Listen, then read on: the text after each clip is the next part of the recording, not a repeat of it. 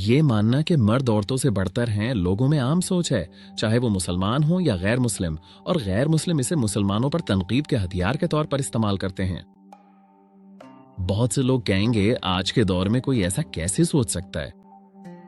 अल्हम्दुलिल्लाह सच्चे मुसलमान इस बारे में वाज़ेह हैं, लेकिन ये सोच सकाफत में, खानदानों के अंदर और माशरे में राइज है।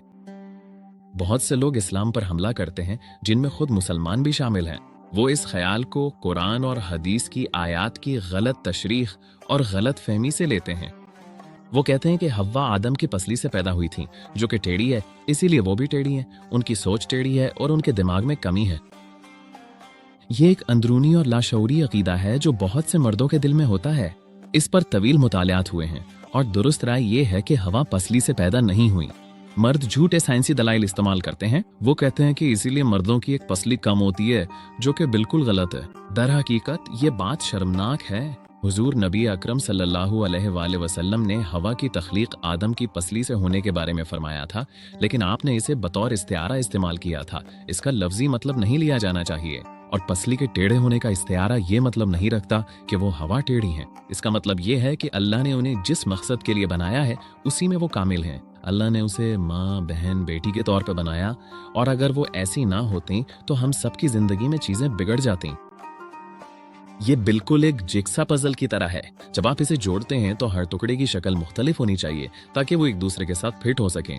इसी तरह मर्द का भी अपना अंदाज है। अल्लाह ने उसे मुख्तलिफ शख्सियत के साथ पैदा किया है। इसी तरह औरतों का भी अपना अंदाज है, क्योंकि उनकी सोच मर्दों की सीधी सोच से मुख्तलिफ होती है और बाज़ औक़ात और बाज़ मकामात पर जिद्दत और तख्लीकी सोच की ज़रूरत होती है। कुछ मौक़े पर सीधी राह पर चलने के बजाय एक जिद्दत पसंद और तख्लीकी अंदाज ज़्यादा फ़ायदेमंद होता है। तो दोनों अपने अपनी जगह गैर मामूली ताकत रखते हैं।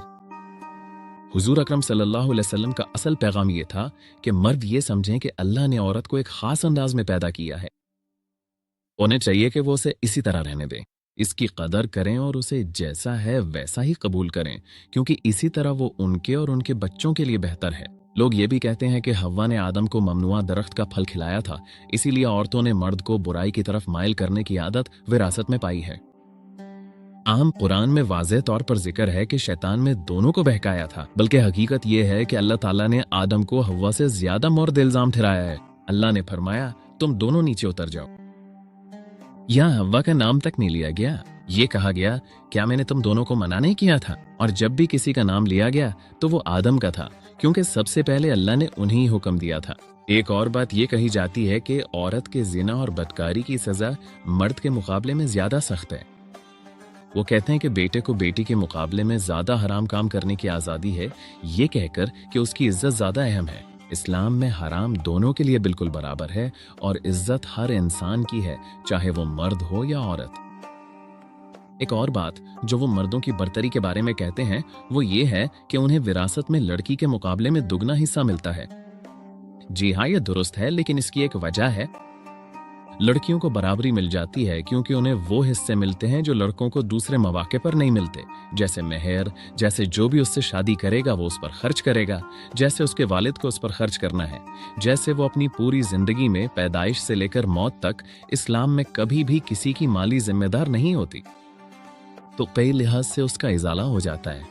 इस्लाम कहता है कि लड़के को ये इसलिए मिलता है क्योंकि उस पर अपनी बीवी, माँ, बेटियों और बेटों के हवाले से दूसरी आधी जिम्मेदारी भी है, यानी जो हिस्सा उसे मिलता है वो भी उसके खानदान पर खर्च करने के लिए है।